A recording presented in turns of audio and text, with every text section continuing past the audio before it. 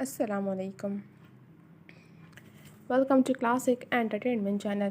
امید ہے آپ سب ٹھیک ٹھاک ہوں گے، خیریت سے ہوں گے اور آپ کا دن بھی اچھا گزر رہا ہوگا۔ کلاسک انٹرٹینمنٹ چینل پہ میں آپ کے لیے لے کر آئی ہوں ناول اسیر عشق ہوں میں کی ایپیسوڈ۔ لیکن ناول کے ایپیسوڈ سٹارٹ کرنے سے پہلے میری آپ سے ہمیشہ کی طرح ایک ریکویسٹ ہے کہ اگر آپ نے ہمارے چینل کو سبسکرائب کر کے بیل آئیکن کو پریس نہیں کیا تو جلدی سے یہ دونوں کام کر دیجئے تاکہ ہمارے چینل پہ آنے والے تمام ناولز کی ویڈیوز کی اپڈیٹ آپ کو بر وقت مل سکے اور آپ ان سے خوب لطف اندوز ہو سکیں۔ تو چلیے میں مزید انتظار نہیں کرواتی ہوں، شروع کرتی ہوں ناول اسیر عشق ہوں میں ایپیسوڈ 3۔ شراب گن کا ڈرائیور اس ٹائم کیوں آیا ہے؟ منتشا نے اچنبھے سے استفسار کیا تو اس نے لا علمی سے شانے اچکائے۔ اس کے آنے کا تو چھوڑو، مجھے حیرت وارڈن پہ ہو رہی ہے کہ بنا کسی سوال و جواب کے انہوں نے پیغام کیوں کا بھجوا دیا ہے۔ زالے کے مضحکہ خیز انداز میں منتشا کے ہونٹوں پر ہلکی سی مسکان بکھر گئی۔ جو نام لے کے ڈرائیور حاضر ہوا ہے اس کے نام کے بعد بہت سے لوگوں کے الفاظ دم توڑ جاتے ہیں، یہ تو پھر وارڈن کے چند سوالات ہیں۔ مسز جوزف کے کہنے پر زالے نے سمجھنے والے انداز میں سر ہلایا۔ چلیں جو بھی ہے، لیکن ڈرائیور کو بھیجنے کا یہ ٹائم بہت فضول ہے، ابھی تو سونے لگی ہوں، کل آفس میں ہی ملوں گی اب۔ بے فکری سے کہتے ہوئے اس نے یہی الفاظ باہر کھڑی ملازمہ کے سامنے دہرایا اور ایک نظر گھڑی پر ڈال کر وہ اندھے منہ پلنگ پر گر سی گئی۔ کھانا نہیں کھاؤ گی؟ منتشا نے اس کے سراپے کو دیکھتے ہوئے اسے پکارا۔ نہیں، تم کھانا یہاں رکھ دو، تھوڑا سا سو کے پھر کھاؤں گی، وہ اندھے منہ لیٹی ہی بولی تو منتشا اس کے لاپرواہ انداز پر پرتعصب انداز میں سر ہلاتی اس کے لیے کھانا لانے چلتی، جبکہ وہ کچھ ہی لمحوں بعد نیند کی گہری وادیوں میں کھو چکی تھی۔ بکھرے ہوئے صفوں اور شیشے کے ٹکڑوں کے بیچوں بیچ کھڑا عالم کمپنیز کا ڈرائیور تھر تھر کانپ رہا تھا اور اس کی وجہ اس کے سامنے دہشت کی نشانی بنے کھڑا شرابگن عالم تھا جو زالی میری کے جوابی پیغام کو سن کے بھڑک اٹھا تھا۔ وہ شخص جس نے کبھی انکار کا لفظ سنا ہی نہ ہو، اس جیسے خود پرست شخص کے لیے ایک چھٹانگ بھر لڑکی کا ایسا انداز ناقابل فراموش تھا۔ وہ چاہتا تو 10 منٹ کے اندر اندر اسے اپنے سامنے لا کھڑا کر سکتا تھا اور کوئی مائی کا لال اسے روکنے کی ہمت نہیں کر سکتا تھا، لیکن مصلحتاً اس نے اپنے اس ارادے پر عمل نہیں کیا، لیکن اندر لگی آگ کو توڑ پھوڑ کے ذریعے کم کرنے لگا۔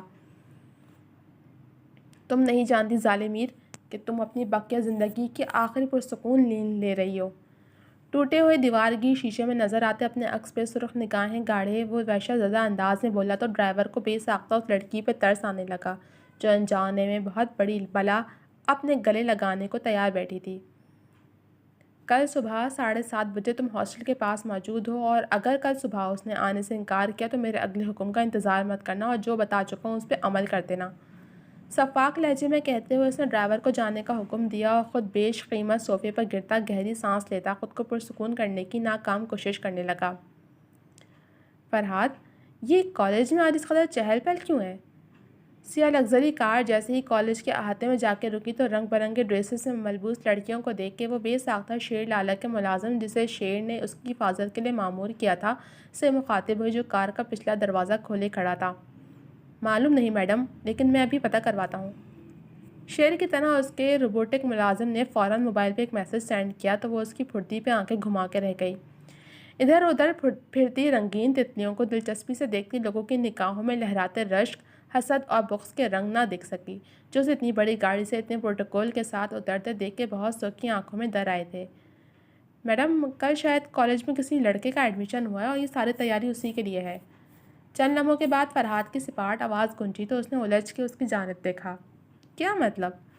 اس نے فرحاد کی جانب دیکھا، لیکن اب کی بار اس نے مطلب سمجھانے کے بجائے ناک کی سیدھ میں چلنا جاری رکھا تو وہ کڑ اٹھی، کیونکہ جانتی تھی اب چاہے وہ ناک سے لکیریں رگڑ لیتی لیکن اس نے فقط اتنا ہی بولنا تھا جتنے کا انہیں حکم دیا گیا تھا، مگر اس کی آدھی ادھوری بات جو واقعی اس کے سر کے اوپر سے گزر چکی تھی اس نے اس کے دل میں تجسس سا پیدا کر دیا، جس پہ کچھ لمحوں بعد لعنت بھیجتی وہ سر جھٹک کے کلاس میں داخل ہوئی تو کلاس کو دیکھ کر اسے بہت زور کا جھٹکا لگا۔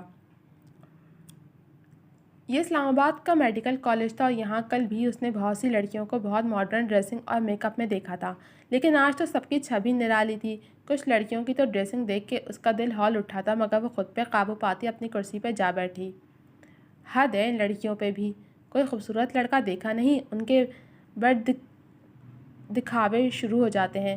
نہیں مطلب وہ بندہ کیا ان کو دیکھنے کے لیے کالج میں آیا ہے جو آج یہ یوں سج دھج کے اس کی منتظر ہے؟ وہ کرسی پہ آ کے بیٹھی ہی تھی کہ اس کے کانوں میں ایک بیزار سی آواز پڑی تو اس نے گردن گھما کے اپنے دائیں جانب دیکھا جہاں 2 لڑکیاں سر جوڑے آپس میں گھسر پسر کر رہی تھیں۔ ان کی باتیں سنتے ہوئے وہ اس لڑکے کے بارے میں سوچنے لگی جس کے لیے باقی کالج کی آدھی لڑکیاں پاگل ہو چکی تھیں۔ اوپر سے اتنا تیز پرفیوم یوز کر کے آئی ہیں جیسے وہ سیدھا آ کے ان کے گلے ہی لگے گا، خواہ سر میں درد کر دیا ہوا۔ اس کی اگلی بات سن کے نہ چاہتے ہوئے بھی اس کی ہنسی نکل گئی جسے سن کے وہ دونوں بے ساختہ چونکی۔ آپ ہماری بات سن رہی ہیں؟ سیاہ دوپٹے والی لڑکی نے اس سے استفسار کیا تو اس کے چہرے پر نرم سی مسکان پھیلی۔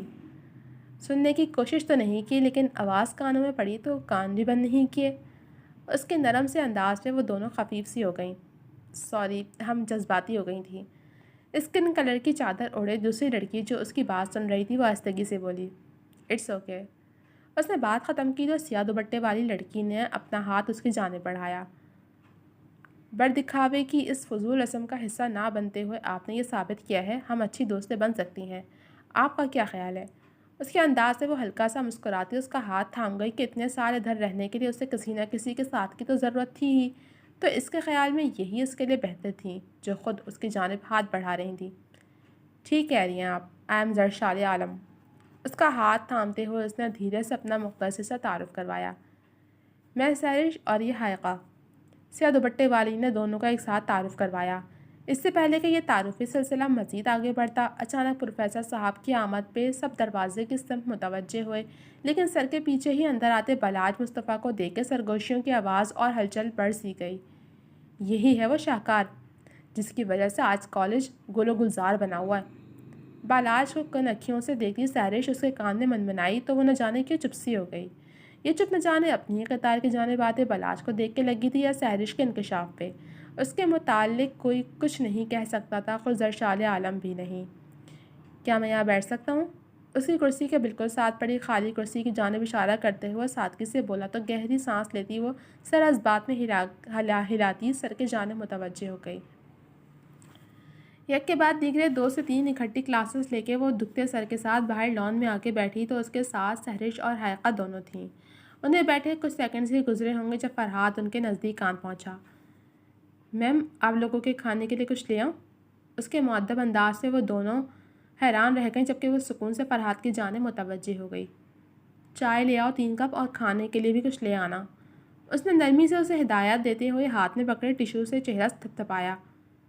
تم نے بتایا نہیں کہ تم پرسنل باڈی گارڈ بھی رکھتی ہو؟ فرحات کے جاتے ہی حائقہ بولی تو وہ چونکی۔ یہ بس شیر لالا نے ہی ضد کی ہے تو ساتھ رکھنا پڑتا ہے۔ وہ خفیف سے لہجے میں بولی تو وہ مسکرا دیں کہ انہیں واقعی اندازہ نہیں تھا کہ یہ دوستانہ مزاج رکھنے والی لڑکی اتنی امیر کبیر اور لاڈلی ہو سکتی ہے۔ مطلب کہ تم سہرش ابھی بول رہی تھی جب ایک عجیب سی آواز پہ ان تینوں نے ایک جھٹکے سے گردن گھما کے دیکھا تو ایک غیر متوقع منظر نے نگاہوں کو جکڑ لیا۔ آج کے بعد میرے راستے میں آ کے یوں فضول حرکت کرنے کی کوشش کی تو میں فراموش کر دوں گا کہ آپ ایک لڑکی ہیں۔ خوبصورت مگر درست لہجے میں بولتے بالاج اور اس کے سامنے رخسار پہ ہاتھ رکھے دھیرے ہاتھ دھرے کھڑی لڑکی کو دیکھ کے انہیں لمحہ نہیں لگاتا صورتحال سمجھنے کو۔ ان دونوں نفوس کو آمنے سامنے کھڑے دیکھ کے بہت سے اسٹوڈنٹس مجمع کی صورت میں وہاں اکٹھے ہو چکے تھے، لیکن وہ سب کو نظر انداز کرتے ہوئے ایک سرد کٹیلی نگاہ اس لڑکی اور اس کی دوستوں میں ڈالتا لان کی جانب بڑھ گیا۔ جب کوئی لڑکا یوں لڑکی کا راستہ روکے یا اس کا پیچھا کرے تو اس لڑکی کی بدنامی کی وجہ سے سب لڑکے کو برا بھلا کہتے اور معاشرے کے سبھی مردوں کو قصوروار ٹھہراتے ہیں، لیکن جب کوئی لڑکی اپنی نسوانیت کو فراموش کر کے کسی لڑکے کا راستہ روکنے کی کوشش کرے تو کیا تب لڑکے کی عزت و کردار پر کوئی حرف نہیں آتا؟ پرتعصب لہجے میں بولتی وہ اس منظر سے نگاہیں چرا گئی کہ اسے اس لڑکی کو پڑنے والے تھپڑ پہ افسوس تھا، لیکن یہاں اس کی غلطی ہونے کی وجہ سے وہ کچھ بھی نہیں کہہ سکتے تھے۔ مائی گڈنس، اتنا روڈ اور ایروگنٹ بیہیویئر۔ بالاج کے منظر سے ہٹتے ہی اس کے تنے ہوئے ان تاثرات کو یاد کرتی حائقہ جھرجھری سے لیتی ہوئی بولی تو وہ انسنا سا تاثر دیتی اپنی جانب آتے فرحات کو دیکھنے لگی کہ اس کا خیال تھا کہ زرشال عالم کو ہرگز یہ اذیت نہیں دیتا تھا کہ وہ کسی لڑکے کو زیر بحث لائے۔ عجیب سی آواز کانوں میں پڑنے کے باعث اس نے کسل مندی سے کروٹ لی، لیکن آواز کسی طور پر کم نہ ہوئی تو وہ تکیے میں منہ گھسیٹتی اپنے سنگل پلنگ کے ساتھ رکھے ٹیبل پر ہاتھ مارتی الارم بند کرنے کی کوشش میں تھی، مگر الارم کو ہاتھ مارنے کے باوجود بھی جب آواز مدھم نہ ہوئی تو اس کے ساتھ والے پلنگ پہ موجود منتشا کسمسانے لگی۔ ظالم فون بج رہا ہے تمہارا۔ اس نے نیند میں ڈوبے لہجے میں اس نے مطلع کیا تو ایک ہاتھ ٹیبل پر دھرے دوبارہ سے گہری نیند میں کھو چکی تھی۔ ظالم، منتشا نے اسے دوبارہ پکارا تو وہ اون کرتی کروٹ بدلنے لگی، لیکن جنگارتی آواز کے سبب اس کی نیند میں پھر سے خلل پڑا۔ موبائل بج رہا ہے تمہارا۔ اس کے دوبارہ دہرانے پہ اس نے پلنگ پہ ہاتھ مارتے ہوئے اپنا موبائل ڈھونڈنے کی کوشش کی اور کچھ ثانیے بعد ادھ کھلی آنکھوں کے ساتھ ہی موبائل بنا دیکھے اٹھا کے کان سے لگاتی بڑبڑا اٹھی۔ یہ اس وقت کس نے الارم کی ڈیوٹی سنبھالی ہے؟ خوف سے کہتے ہوئے اس نے موبائل کان سے لگایا، جبکہ دوسری جانب اس کی بڑبڑاہٹ سن کے مقابل کے چہرے کے تاثرات فوراً تبدیل ہوئے۔ 15 منٹ میں میرا ڈرائیور تمہارے ہاسٹل پہنچ جائے گا، اس کے آنے پہ فوراً اس کے ساتھ آ جانا، ورنہ انجام کے ذمہ دار تم خود ہوگی۔ کھردرا سا لب و لہجہ اس کی سماعتوں سے ٹکرایا تو اس کے سوئے سوئے اعصاب دھیرے دھیرے جاگنے لگے۔ کون سا ڈرائیور؟ اور آپ کون؟ نیند میں ہونے کے باعث وہ مقابل کو قطعاً پہچان نہ سکی۔ شرافگن عالم۔ مختصر سے تعارف پہ اس کی خماری بھگ سے اڑی۔ اس نے ایک جھٹکے سے اٹھ کے بیٹھتے ہوئے موبائل کو ایک نظر دیکھا جہاں 6:45 کا وقت ہو رہا تھا۔ اس نے ٹائم پہ نظر ڈال کے موبائل دوبارہ کان سے لگایا، لیکن کال بند ہو چکی تھی۔ یہ شخص میری زندگی کا ایک بہانہ خواب بن چکا ہے جسے میں چاہ کے بھی فراموش نہیں کر سکتی۔ اب یہ کون سا وقت ہے کمپنی بلانے کا؟ بے بسی اور بیزاری سے سوچتی وہ الکسی سے اپنی جگہ سے اٹھی اور فریش ہونے چل دی۔ یہاں تو کوئی بھی ورکر دکھائی نہیں دے رہا، تو پھر مجھ پہ یہ خاص ستم کیوں کر کیا گیا؟ جیسے ہی اس نے آفس میں قدم رکھا تو فرسٹ فلور سے تھرڈ فلور پر آنے تک ماں سوائے سویپرز کے اسے کوئی بندہ دکھائی نہ دیا، تو وہ اپنے آگے چلتے ڈرائیور سے مخاطب ہوئی جو اس کے سوال کا کوئی بھی جواب دیے بغیر ناک کی سیدھ میں چلتا رہا۔ ایڈیٹ! اس بدتمیز انسان نے ملازم بھی اپنی تنقی رکھے ہیں۔ دھیرے دھیرے پیچ و تاب کھاتی وہ اس کی لاپرواہی پہ لعنت بھیجتی خود کو پرسکون کرنے لگی۔ کیا تم مجھے بتا سکتے ہو کہ جب آفس آنے کا وقت 8:30 ہے تو مجھے کیوں 7 بجے بلایا گیا ہے جبکہ یہاں کوئی بھی ورکر موجود نہیں ہے؟ جب وہ اسے یوں ہی چلاتے 4th فلور پہ پہنچا تو خالی پیٹ صبح صبح اتنا چلنے کے باعث اس کا ضبط ٹوٹ گیا اور وہ قدرے بلند آواز میں ایک دم سے بولی تو اس کے آگے چلتا ڈرائیور نہ جانے کیوں اسے قدرے خوفزدہ محسوس ہوا۔ تم یہاں اس وقت کسی ورکر کی غیر موجودگی میں میرے کہنے پہ لائی گئی ہو۔ بھاری گھمبیر لہجہ اس کے عقب میں گونجا تو اس نے فوراً گردن گھما کے دیکھا جہاں وہ سیاہ ٹراؤزر پہ سیاہ ٹی شرٹ کے ساتھ سیاہ ہوڈی پہنے ہمیشہ کی طرح اپنی چھا جانے والی شخصیت کے ساتھ اس کے سامنے موجود تھا۔ اور تم یہاں اس وقت اس لیے لائی گئی ہو کہ تمہیں اندازہ ہو سکے کہ شرافگن کے حکم سے انحراف کرنا کتنا برا کام ہے اور تم اگلی بار ایسی کسی غلطی سے بچ سکو۔ پرسار سرد لہجہ گونجا تو بے ساختہ اس کی ہتھیلیاں نم ہوئیں۔ جی تو جناب، اب تک کے صرف اتنا ہی۔ کیسے لگی آپ کو یہ ایپیسوڈ؟ کمنٹ سیکشن میں اپنی رائے کا اظہار ضرور کیجیے گا۔ جب ملیں گے آپ سے اگلے ایپیسوڈ کے ساتھ، تب تک کے لیے اجازت دیجیے۔ اللہ حافظ۔